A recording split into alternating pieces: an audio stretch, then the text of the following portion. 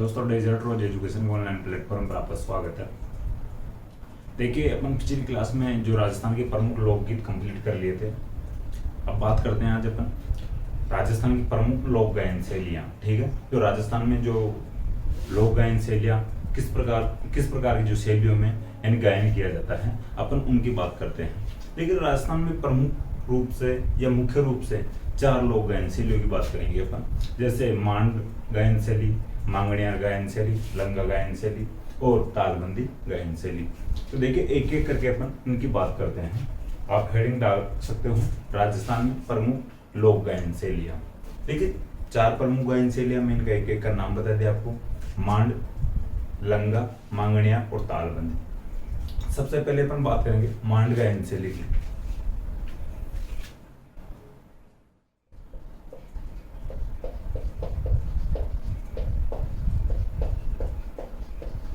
ठीक है, आप सबसे ऊपर हेडिंग डाल लेना राजस्थान की लोक गायन शैलियाँ। देखिए, मांड गायन शैली की अपन बात करें, जो मांड किस प्रकार से शब्द उत्पन्न होता है। जो मांड है ये जैसलमेर का प्राचीन नाम है। ठीक है, मांड जो है जैसलमेर का प्राचीन नाम है। प्राचीन काल में जैसलमेर को मांड के नाम से जाना जाता था। अपन राजस्थान ज्योग्राफी में अगर बात करते हैं तो मांड के चारों ओर का जो क्षेत्र है उसको वल कहा जाता है। ठीक है, वल। ठीक है, मांड के चारों ओर के क्षेत्र को वल कहा जाता है। राजस्थान ज्योग्राफी में पढ़ना पड़ता है अपने को। ठीक है, तो मांड जैसलमेर का प्राचीन नाम था। जैसलमेर को प्राचीन काल में मांड के नाम से भी जाना जाता था। देखिए, इस क्षेत्र में यानी जैसलमेर वाले जो क्षेत्र में जो गायन शैली विकसित हुई है उसको मांड गायन शैली के नाम से जाना जाता है। ठीक है, मांड गायन शैली के नाम से जाना जाता है। आप लिख सकते हो कि मांड जैसलमेर का प्राचीन नाम था और इस क्षेत्र से जो गायन शैली विकसित हुई है उसको मांड गायन शैली के नाम से जाना जाता है। देखिए, जो मांड गायन शैली है कालांतर में यानी समय के साथ साथ अन्य क्षेत्रों में भी यानी राजस्थान या अन्य क्षेत्रों में भी विकसित होती है या फैलती है। जैसे अपन पढ़ते हैं जयपुरी मांड, बीकानेरी मांड और जोधपुरी मांड। ठीक है,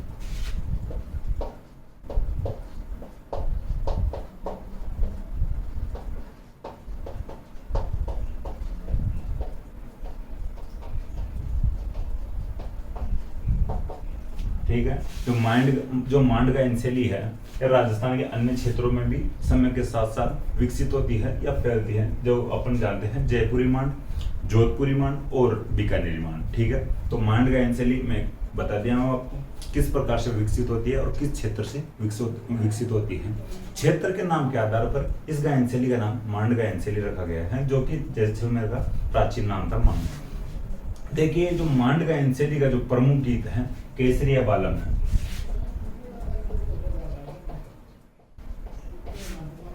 ठीक है, केसरिया बालम, आओनी पधारो मारे देश। ठीक है, जो केसरिया बालम जो गीत है ये मांड गायन शैली का प्रमुख गीत है। ये आप लिख सकते हो कि मांड गायन शैली आपने हेडिंग डाल ली है, प्रमुख गीत लगा के केसरिया बालम। देखिए, मांड गायन शैली के अपन कलाकारों की बात करें, जो प्रमुख कलाकार हैं इनकी भी थोड़ी बात कर लेते हैं अपन। देखिए, गौरीबाई के नाम से 2 जो मुख्य कलाकारों के नाम आएंगे आपके सामने, तो ये थोड़ा ध्यान रखना। एक तो गौरीबाई है बीकानेर से और एक गौरीबाई है पाली से। एक अल्लाह जी लाबाई है,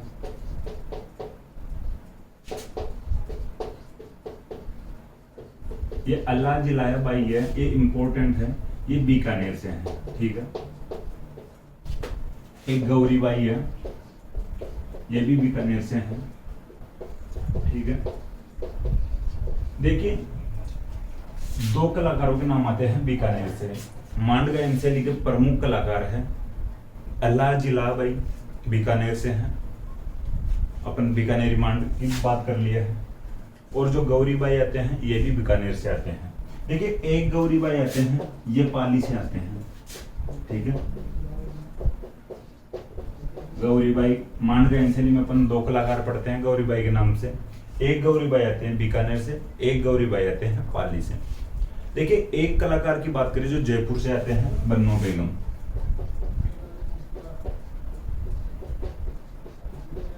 ठीक है, बन्नो बेगम जयपुर से आते हैं। वर्तमान में जो राजधानी है राजस्थान की कैपिटल जयपुर, बन्नो बेगम यानी बेगम जयपुर में रहेगी या राजधानी में रहेगी, इस प्रकार से याद रख लेना। बेगम राजधानी में रहेगी तो बन्नो बेगम जयपुर से आते हैं। देखिए अब बात करते हैं जोधपुर से। जोधपुर से जो मुख्य कलाकार आते हैं जमीला बाई। जमीला बाई का नाम अपने को कुछ जगह मिल जाता है जमीला बानो और कुछ जगह मिलता है जमीला बाई, तो अपन जमीला बानो लिख लेते हैं या बाई भी लिख सकते हो। जोधपुर से आते हैं ये, ठीक है। जमीला बानो जोधपुर से। देखिए मांगी बाई उदयपुर से आते हैं।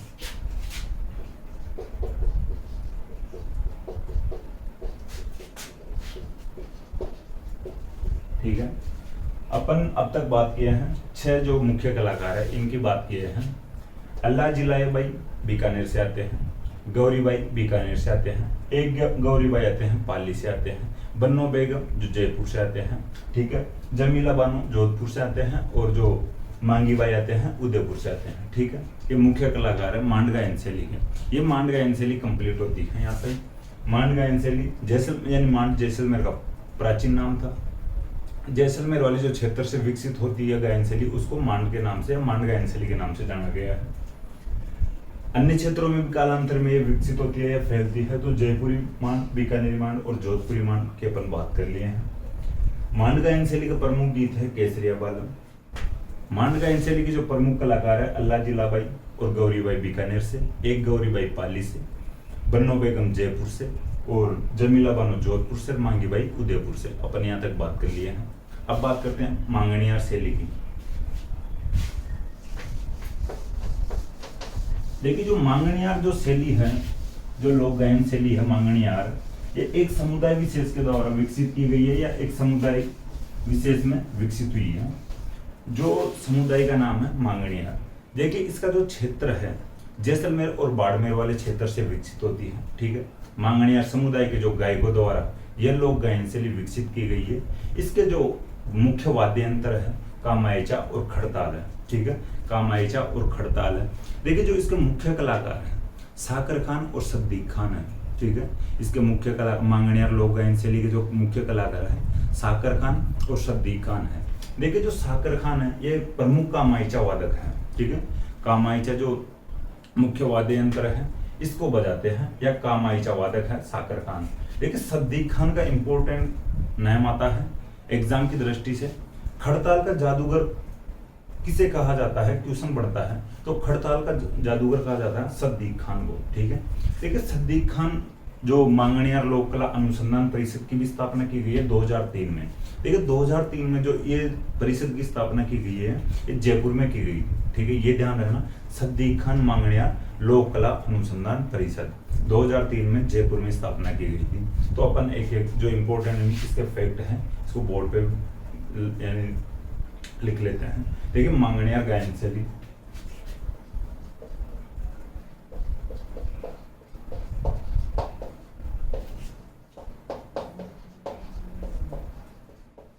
अपनी जो पहली जो शैली पढ़े थे मांड गायन शैली वो कंप्लीट हो चुके हैं। मांगणियार गायन शैली की बात कर रहे हैं अपन। देखिए जो इसका क्षेत्र है, क्षेत्र की बात करें, इसका प्रमुख क्षेत्र है जैसलमेर और बाड़मेर,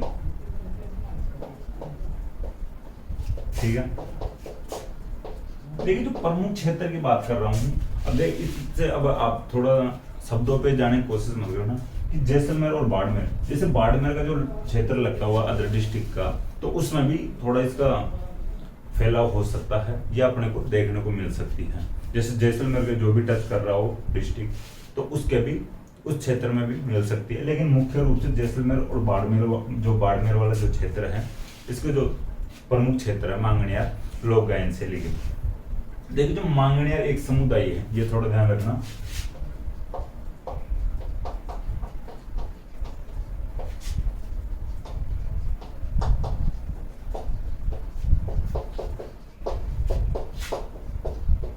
आप लिख लेना पूरा सेंटर कि जो मांगणियार लोक गायन शैली है ये मांगणियार समुदाय के गायकों द्वारा विकसित की गई लोक शैली है या गायन शैली है, ठीक है। मांगणियार एक समुदाय है मांगणिया समुदाय के जो गायक होते हैं उनके द्वारा ये गायन शैली विकसित की गई है। मुख्य वाद्य यंत्र वापस में लिखने की कोशिश करूंगा, कामाइचा और खड़ताल है।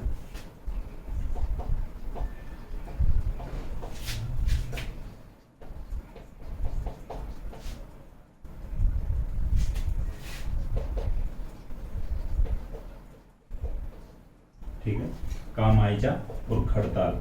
देखिए जो कामाइचा को बजाते हैं ये साकर खान बजाते हैं। ठीक है, ये मुख्य कलाकार है और ये सद्दी खान है। ठीक है, कामाइचा और खड़ताल तो इसके मुख्य वाद्य यंत्र हैं और जो इसके मुख्य कलाकार हैं यानी मांगणियार जो गायन शैली के कलाकार है, मुख्य कलाकार है साकर खान और सद्दीक खान है। तो यहाँ से अपने दोनों जो फैक्ट क्लियर हो रहे हैं, एक तो मुख्य वाद्य यंत्र कामाइचा और खड़ताल है और जो मुख्य कलाकार साकर खान और सद्दीक खान है। और इसी के साथ ये और फैक्ट क्लियर हो रहा है अपना कि साकर खान कामाइचा वादक है और सद्दीक खान को यानी सद्दीक खान खड़ताल को बजाते हैं और खड़ताल का जादूगर भी कहा जाता है।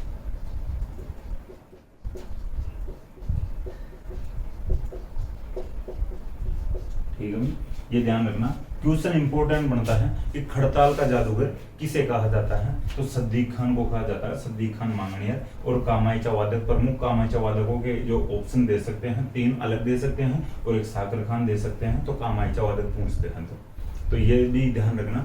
और जो आप लिख लेना सद्दीक खान मांगणियार लोक कला अनुसंधान परिषद लिख लेना, 2003 में स्थापना हुई थी और जयपुर में स्थापना हुई थी। ठीक है, देखिए अब इसके बाद में बात करते हैं लंगा गायन शैली की। अपनी 2 कंप्लीट शैली यानी 2 शैलियां कंप्लीट हो चुकी है, मांगणियार गायन शैली और पहले पढ़े थे मांड गायन शैली। मांगणियार का रिवीजन करें तो जैसलमेर और बाड़मेर वाला जो क्षेत्र इसका प्रमुख क्षेत्र है, मांगणियार समुदाय के गायकों द्वारा मांगणियार गायन शैली विकसित की गई है। इसके मुख्य वाद्य यंत्र कामाइचा और खड़ताल।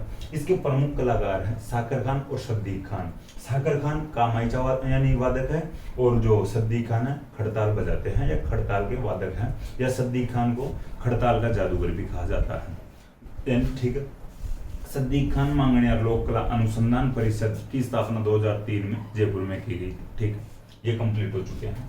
तीसरी जो लोक गायन शैली पढ़ते हैं लंगा गायन शैली। देखिए जो लंगा गायन शैली है ये भी एक समुदाय विशेष के द्वारा विकसित की गई है, जो समुदाय का नाम है लंगा समुदाय। ठीक है, देखिए इसका जो क्षेत्र है वो भी जो भी इसका पढ़े थे अपन मांगणियार गायन शैली का वही क्षेत्र इसका है। ठीक है, जैसलमेर और बाड़मेर वाला क्षेत्र।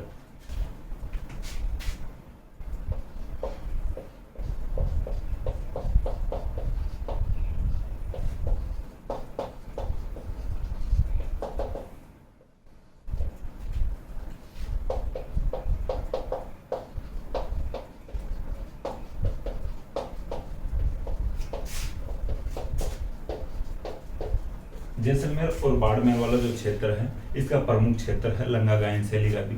ठीक है, इसके जो लंगा समुदाय के गायकों द्वारा विकसित की गई है।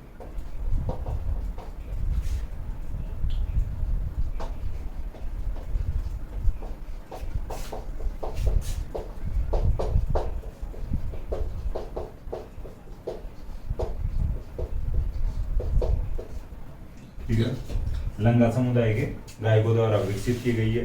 देखिए इसके जो वाद्य यंत्रों की बात करें तो वो एक वाद्य यंत्र तो मांगणियार जो गायन शैली का वाद्य यंत्र है वो इसका वाद्य यंत्र है यानी कामाइचा, और एक वाद्य यंत्र है सारंगी।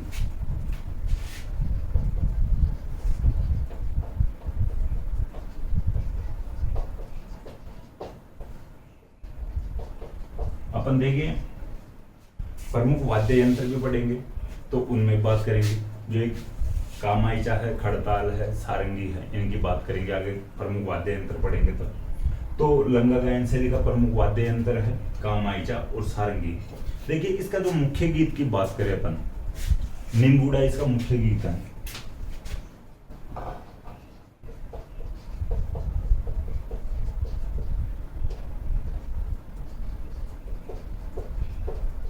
ठीक है, निम्बुडा इसका प्रमुख गीत है तो ये भी ध्यान रखना। ये देखिए लंगा गायन शैली के जो फैक्ट थे ये कंप्लीट हो चुके हैं। लंगा गायन शैली का जो क्षेत्र है जैसलमेर और बाड़मेर वाला जो क्षेत्र है, लंगा समुदाय के गायकों द्वारा विकसित की गई गायन शैली है। वाद्य यंत्र इसके कामाइचा और सारंगी, और इसका जो मुख्य या प्रमुख गीत है निम्बुड़ा है, काचा काचा निम्बुड़ा, लेदोमान निम्बुड़ा। ठीक है, इस प्रकार का जो गीत है आप सुन लेना, काचा पाका निम्बुड़ा, लेदोमान निम्बुड़ा। इस प्रकार देखे सुन लेना, जो गीत है एक बार चला के देख लिया करो, क्लियर हो जाएगा। काचा काचा लेदोमान निम्बुड़ा, इस प्रकार से है भी इसके बोल है गीत के। लंगा गायन शैली कंप्लीट हो चुकी हैं। अब देखिए ये 3 गायन शैलियां कंप्लीट हो चुकी हैं। अपन बात करें हैं क्षेत्र के आधार पे।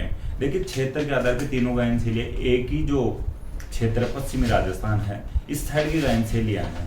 देखिए अब एक नेक्स्ट और लास्ट अपनी गायन शैली है वो तालबंदी गायन शैली है, तो इसकी अपन बात करेंगे। देखिए ये जो गायन शैली है ये पश्चिमी राजस्थान की गायन शैली नहीं, ठीक है। तालबंदी गायन शैली है जो ये पूर्वी राजस्थान की गायन शैली है तालबंदी।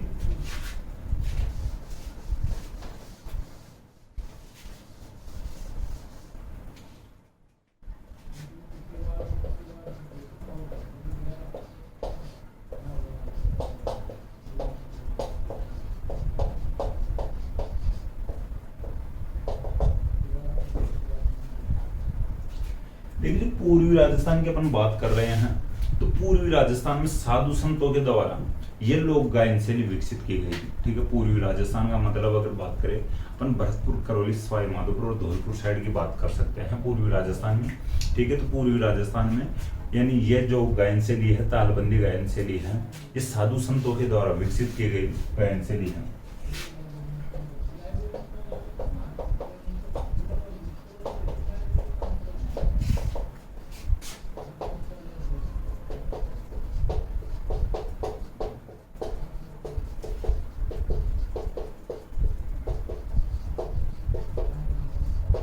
ठीक है, पूर्वी राजस्थान में साधु संतों के द्वारा विकसित की गई लोक गायन शैली है। देखिए इसका मुख्य वाद्य यंत्र है नगाड़ा। अपन बात करते हैं पूर्वी राजस्थान में किस प्रकार से विकसित होती है। ठीक है, इसका मुख्य वाद्य यंत्र है नगाड़ा।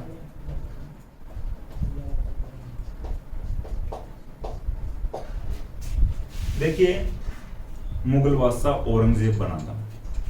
ठीक है भाई, यानी समझने की कोशिश करना। मुगल बादशाह औरंगजेब था। औरंगजेब संगीत से बेहद नफरत करता था। औरंगजेब संगीत से नफरत करता था तो इसने संगीत के जो यंत्र थे, वाद्य यंत्र थे, संगीत का एक प्रकार से जनाजा निकलवा दिया था औरंगजेब ने कि संगीत बजना नहीं चाहिए, मेरे कानों तक पहुंचना नहीं चाहिए। संगीत की जो ताल है इससे भी मुझे नफरत है, यानी औरंगजेब का मानना था, औरंगजेब को संगीत से बेहद नफरत थी। तो अभी साधु संत है ये तो भजन कीर्तन करेंगे। औरंगजेब अनाउंसमेंट करवाता है कि संगीत नहीं चलना चाहिए, संगीत नहीं बजना चाहिए, संगीत विकसित नहीं होना चाहिए। तो फिर भाई साधु संत क्या करे? साधु संत कोशिश भी करे, विपक्ष में भी, लेकिन औरंगजेब यानी मुगल बादशाह उसके ज्यादा खिलाफ विद्रोह करे तो वो एक एक की चमड़ी उतरवा दे साधु संतों की। तो भाई औरंगजेब ने कह दिया भाई नहीं चलेगा, नहीं चलेगा भाई, ठीक है। और साधु संत कहे बजना तो है, बजना तो चाहिए, हम और कहीं पे जाके गा लेंगे, और कहीं जाके भजन कीर्तन कर लेंगे। औरंगजेब के मना करने पर, ठीक है, औरंगजेब के द्वारा संगीत पर प्रतिबंध लगाने के बाद में जो साधु संत थे वो सोचते हुए अब कहां पर चले, तो उनके माइंड में आता है कि वो सोचते हैं कि भाई और ऐसी कहां पे जगह है, ऐसी कौन सी जगह है जहां पर औरंगजेब अपने को डिस्टर्ब नहीं करे या औरंगजेब परेशान ना करे। तो भाई जो मथुरा के आसपास वाले जो एरिया था इस क्षेत्र में आते हैं, और मथुरा के जो पास में जो भी साधु संत थे वो राजस्थान की तरफ आने की सोचते हैं और राजस्थान वालों से बात करते हैं राजस्थान में औरंगजेब अपने को ज्यादा परेशान नहीं करेगा, राजस्थान के जो राजा हैं वो अपने को संरक्षण देंगे। और राजस्थान वाले राजा कहते हैं इनको साधु संतों को आप इधर राजस्थान आ जाइए, यहाँ पे औरंगजेब कुछ भी आपको करेगा तो हमें ना, हम चमड़ी उधेड़ देंगे औरंगजेब। तो देखिए फिर राजस्थान के राजाओं के जो कहने से जो ये मथुरा साइड के जो ये साधु संत थे, ये इधर पूर्वी राजस्थान में आकर बस जाते हैं। भाई जो मथुरा वाला जो एरिया भी उस समय भाई जो राजस्थान से संलग्न था, आज भी संलग्न है, लेकिन वो उत्तर प्रदेश में आता है। जो साधु संत थे पहले मथुरा में आके बैठते, भाई जो भगवान कृष्ण की नगरी है। इस साइड से फिर भरतपुर साइड आते हैं, करौली साइड आ जाते हैं, सवाई माधोपुर साइड आ जाते हैं। तो ये जो साधु संत थे ये पूर्वी राजस्थान में आ जाते हैं। तो इस प्रकार से जो तालबंदी जो गायन शैली थी ये विकसित होती है, ठीक है। वाद्य यंत्र नगाड़ा था, यानी ये तालबंदी गायन शैली का वाद्य यंत्र नगाड़ा है। आप लिख लेना सेंटेंस इस प्रकार से, औरंगजेब के द्वारा संगीत पर प्रतिबंध लगाने के बाद मथुरा क्षेत्र के साधु संत पूर्वी राजस्थान में आकर बस गए थे या पूर्वी राजस्थान में आ गए थे। करौली, भरतपुर, सवाई माधोपुर साइड आप लिख सकते हो ब्रैकेट में, ठीक है। मुख्य वाद्य यंत्र की बात कर लिए अपन, नगाड़ा मुख्य वाद्य यंत्र है। पूर्वी राजस्थान में साधु संतों के द्वारा ये लोक गायन शैली विकसित की गई है। ये अपनी गायन शैलियाँ कंप्लीट हो चुकी हैं। पहली जो गायन शैली पढ़े थे मांड गायन शैली पढ़े थे, फिर दूसरी पढ़े थे अपन जो मांगणियार पढ़े हैं, तीसरी पढ़े हैं लंगा गायन शैली पढ़े हैं, चौथी गायन शैली पढ़े हैं, तालबंदी गायन शैली पढ़े हैं, 4 गायन शैलियां पढ़े हैं। देखिए अपन संगीत के घरानों की बात करेंगे, लेकिन जो नेक्स्ट क्लास में संगीत के घरानों की बात करेंगे। देखिए वैसे जो संगीत की बात करें, संगीत की विशेषताओं की बात करें, तो देखिए जो ऐसे जो ऑब्जेक्टिव एग्जाम्स होते हैं उनमें भाई संगीत की जो विशेषताएं नहीं पूछी जाती है। संगीत की विशेषताएं पूछी जाती है मेंस वाले एग्जाम में, जैसे आरएस मेंस का एग्जाम है। लिखित वाले जो एग्जाम होते हैं उनमें पूछी जा सकती है। देखिए संगीत की जो विशेषताओं की अपन थोड़ी बहुत बात करें तो अपने जो संगीत है, राजस्थानी जो संगीत है, देखिए इन संगीत में मानवीकरण दिखाया गया है, ठीक है। जो लोकगीतों में प्रकृति का मानवीकरण दिखाया गया है।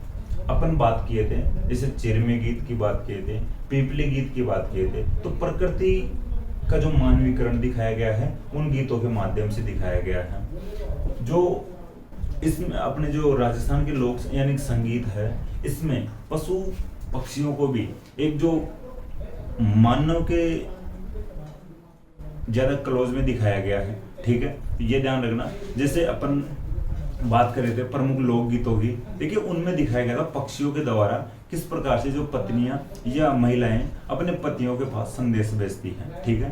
तो ये पशु पक्षियों को भी यानी यहाँ पर इंपॉर्टेंस दी गई है या महत्व दिया गया है, ठीक है। तो ये ध्यान रखना। देखिए अपन एक जो गीत की बात किए थे, सुवटियो गीत की भी बात किए थे, ठीक है। जैसे पारिवारिक दृष्टि से दिखाया जाता है सुवटियो यानी तोते को, तो ये थोड़ा ध्यान रखना, विशेष ध्यान रखना। देखिए अपने जो लोकगीत है इसमें जो श्रृंगार रस की भी भावना दिखाई देती है, ठीक है। श्रृंगार रस की प्रधानता या भावना दिखाई देती है। देखिए जो अपने जो संगीत है, राजस्थानी संगीत है, ये पति पत्नी के आदर्श प्रेम को भी दर्शाते हैं, ठीक है। ये ध्यान रखना। पति जो राजस्थानी संगीत है ये पति पत्नी के आदर्श प्रेम को भी दर्शाते हैं या शो करते हैं, ठीक है। और भी अगर बात करें अपने जो गीतों की यानी राजस्थान के लोक संगीत या राजस्थानी संगीत की, तो इनमें अश्लीलता दिखाई नहीं देती है भाई, ठीक है। देखिए राजस्थानी जो संगीत है, जैसे अपने केसरिया बालम है, एक काले कूद पड़े, वो गाना बहुत अच्छे से चलता है, बहुत ही अच्छा गाना चल रहा है राजस्थानी अगर कल्चर देखा जाए तो। देखिए उनमें अश्लीलता की भावना नहीं दिखाई देती है।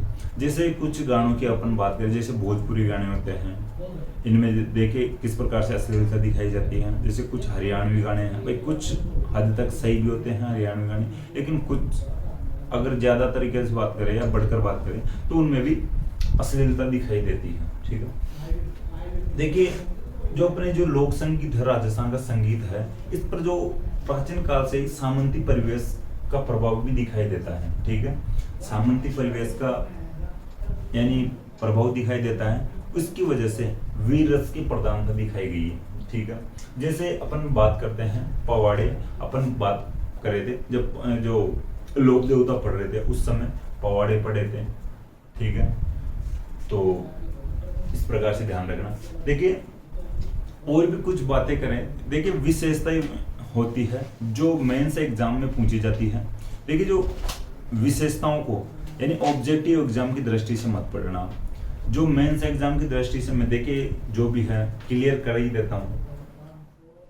जो भी बात होती है एक पूरा जो चैप्टर है या टॉपिक है ये कंप्लीट हो जाएगा। थोड़ी विशेषताओं को बता देता हूँ, लिखने की भाई आपको आवश्यकता है नहीं, मैं आपको बता रहा हूँ, आप सुन सकते हो या थोड़ा सा दिमाग लगा सकते हो, माइंड लगा सकते हो कि किस प्रकार से बात रिलेट कर रहे हैं अपन इनसे। देखिए जो भी ये लोकगीत है, राजस्थान की लोक गायन शैलियाँ हैं, लोकगीत हैं, इनके अलावा कुछ समुदाय विशेष होते हैं, उनको भी रोजगार मिल जाता है। अपन अभी बात किए थे कि समुदाय यानी दो समुदायों की बात किए थे, एक तो लंगा समुदाय और एक मांगणिया समुदाय। लेकिन जो लंगा समुदाय के लोग हैं, लंगा समुदाय के जो कलाकार हैं कि इस गायन शैलियों से अपना रोजगार चला लेते हैं, ठीक है, नृत्य करते हैं, प्रोग्राम करते हैं स्टेज पर या मंचों पर, ठीक है, तो वो अपना रोजगार प्राप्त कर लेते हैं। और मांगणिया समुदाय के लोग भी हैं जो इस जो गायन शैलियों से गायन जो संगीत के द्वारा अपना रोजगार प्राप्त कर लेते हैं, ठीक है। तो इस प्रकार से ये जो कुछ विशेषता हैं राजस्थानी संगीत की, तो ये भी आप ध्यान रख लेना, ठीक है। वैसे अपन 4 शैलियां थी उनकी बात कर चुके हैं। नेक्स्ट क्लास में अपन कोशिश करेंगे राजस्थानी जो संगीत के घराने हैं उनको पढ़ने की, ठीक है, या और कोई चैप्टर ले लेंगे, लेकिन सबसे पहले राजस्थानी संगीत के जो घराने विकसित हुए हैं उनकी बात कर लेंगे। तो संगीत वाला जो चैप्टर है ये बिल्कुल कंप्लीट हो जाएगा, ठीक है।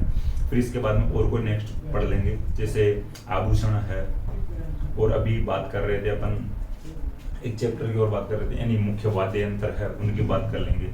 तो पहले अपन नेक्स्ट क्लास में जो राजस्थानी संगीत घराने हैं उनकी बात करेंगे। दोस्तों मुझे आशा है कि क्लास आपको पसंद आएगी। क्लास अगर आपको पसंद आए तो क्लास को लाइक करें, कमेंट करें और अपने दोस्तों के साथ शेयर करें। देखिए एक बात और मैं भूल रहा था कि आज क्या भाई तिथि क्या है, चैत्र कृष्ण पक्ष की अष्टमी है, ठीक है, चैत्र माह की कृष्ण पक्ष की अष्टमी है। इस दिन को आप याद रखना चाहिए। अपन पहले बात कर चुके हैं मेले और त्योहारों के बारे में। तो शीतला माता का मेला है, ठंडे पकवान खाना पड़ेगा आपको भी, आपके घर में भी पकवान बने होंगे, अलग अलग प्रकार के पकवान बने होंगे।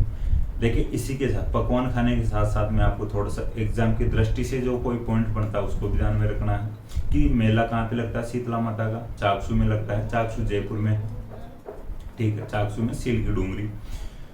गधों का मेला लगता है, चैत्र कृष्ण अष्टमी को मेला लगता है, गधों का मेला लगता है, ठीक है। ठंडे पकवान यानी खाने पड़ते हैं, सप्तमी को यानी शाम को पकवान बनते हैं, अष्टमी को भोग लगता है माता जी के। और जो एकमात्र मूर्ति है जिसकी एकमात्र देवी है जिसकी खंडित मूर्ति की पूजा होती है, वाहन गधा है, गधों का मेला लगता है, अपन पहले बात कर चुके हैं। तो शीतलाष्टमी की बहुत बहुत शुभकामनाएं, और आप इसको भी पढ़ना, मेले की भी देखना, तिथि वगैरह याद कर लेना कहाँ पे मेला लगता है और किस प्रकार के जानवरों का मेला लगता है, ठीक है। थैंक यू दोस्तों।